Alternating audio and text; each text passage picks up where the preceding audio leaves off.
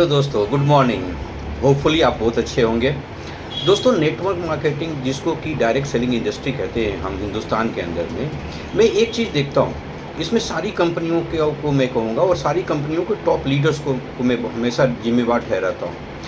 इस direct selling industry या direct selling जो कॉन्सेप्ट है, सिस्टम है, या नेटवर्क मार्केटिंग जो सिस्टम है, उसके पीछे कुछ वैज्ञानिक सिद्धांत काम करते हैं।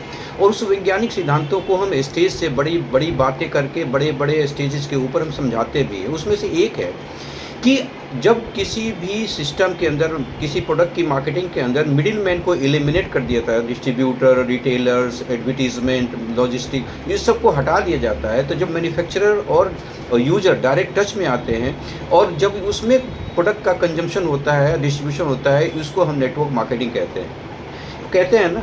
लेकिन मैं आपसे पूछता हूँ, आपसे नहीं, कंपनी के बड़े, सारी कंपनियों के मैनेजमेंट और सारी कंपनियों के बड़े लीडर से पूछते हूँ मैं कि क्या इस सिद्धांत पे आके नेटवर्क मार्केटिंग में जितनी कंपनियां इन्वॉल्व हैं उनके प्रोडक्ट सस्ते हुए? क्योंकि ये सिद्धांत ये कहता है कि जब मैन्युफैक्चरर और यूज़र एक संपर्क में डायरेक्ट आते हैं तो प्रोडक्ट सस्ते हो जाते हैं due to elimination of middle man.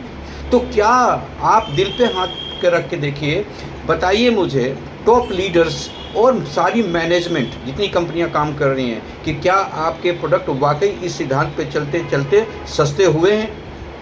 मेरा दिल कहता है कि नहीं। अगर नहीं तो इस दिशा में काम करने की ज़रूरत है, तभी नेटवर्क मार्केटिंग के पीछे जो सिद्धांत है उसको जस्टिफाई किया जा सकता है, अदरवाइज नहीं। सोचिए इस बात पे।